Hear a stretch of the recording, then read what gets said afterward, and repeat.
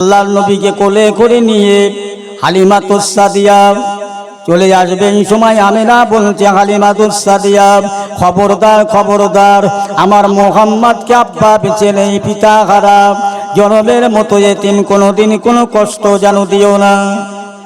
কোন নবী কোনোদিন যেন কষ্ট না পায়।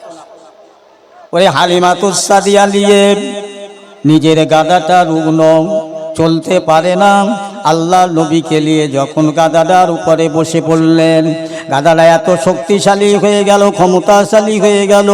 আল্লাহ নবীর ছোঁয়া পেয়ে, স্পর্শ পেয়ে আমার ভাইয়েরা, হালিমাতুস সাদিয়ার স্বামী চাবুক মারছে, গলা চলো গাদা চলো, কিন্তু এক পাও তোলে না, পিছনেও যায় না, আগে যায় না।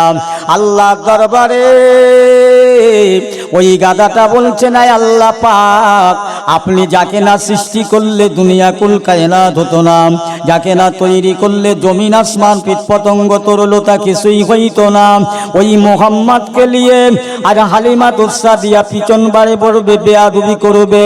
আপনি এসরের জন্য আল্লাহ পাক আমাকে একবার মানুষের মতো জবান দেন না, যাতে করে বুঝতে পারে আল্লাহ আপনার বন্ধুর সম্মান যাতে বেড়ে যায়। একবার আমি হালিমাতুস সাদিয়াকে বলে দিইনি হলো আখিরি নবী, আখিরি পয়গম্বর।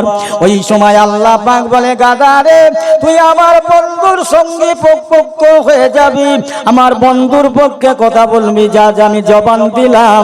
ওই গাদাটা মাথা উঁচু করে বলছে, ও হালিমা, ও হালিমা, শোনো শোনো শোনো শোনো বান্দে হালিমা, এই মুহাম্মদকে না বানালে দুনিয়া হতো না। আমি গাদা, আল্লাহ আমাকে বানাইতো না, দুনিয়ার কুল কায়নাত বানাইতো না, একমাত্র আল্লাহ পাক এই নবীকে বানিয়ে সব কিছু করলো।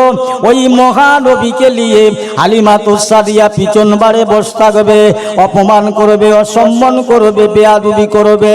আমি এটা সইতে পারবো না, আমি গাদা চলতে পারবো না, পা তুলতে পারবো না। হয় হালিমা, তুমি তোমার ওই কোলের বাচ্চাটাকে নিয়ে সামনের দিকে আগমন হয়ে যাও। মুসলমান ভালো করে শুনে রাখুন, যেই না সামনের দিকে আমার বিশ্ব নবীকে নিয়ে বসলে, 7 দিন অথবা 9 দিন বয়সের নবীকে নিয়ে, এই গাদাটা এত দ্রুতগামীতে চলতে লাগলো। সমস্ত বড় বড় বলিষ্ঠ ক্ষমতাশালী উট গাদার অপেক্ষা করে, ওভারটেক করে আম্মা জান হালিমাতুস সাদিয়া নিজের বাড়ি পৌঁছে গেলেন। একটু জোরে বলা যাবে না সুবহানাল্লাহ?